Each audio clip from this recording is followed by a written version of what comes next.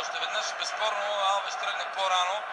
Съдията прецени, че това не е достатъчно дуспата да бъде изпълнена отново, защото Алвеш седеше на гол линията.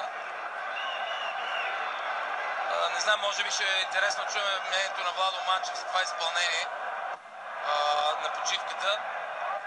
Ето го удара пък гредата. Безпомощен беше в тази ситуация Алвеш, но Господ. Момент в Лига Европа. Много важен момент в матча. 26-та минута. Няма по-добра възможност за тази резултат да бъде изравнен след удара от 11 метра. Всичко вече е готово. Всички са извън наказателното поле. Роман Безек с последни секунди съсредоточение на хитреца Диего Алвеш се опитва да го разстрои. Да, наистина той е един от най-добрите вратари, що се касае до дуспите, но в крайна сметка това не е коректно. Точно сега да се допие вода в този момент, но в крайна сметка го има.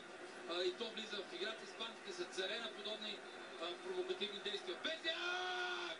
Спасяване на Алвеш! Няма късмет! Това вече беше. Не мога да отпрекна Безек, но вратаря направи своето в тази ситуация.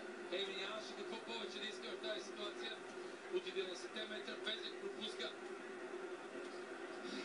За наше съжаление в вратата на Лудогорец. Пета минута, 1-0 за Валенсия. Ето още веднъж как се случи всичко.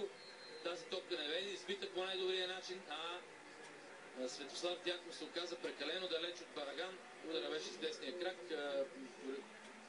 Права си корекция, но това няма абсолютно никакво значение. Всяко зло за добро.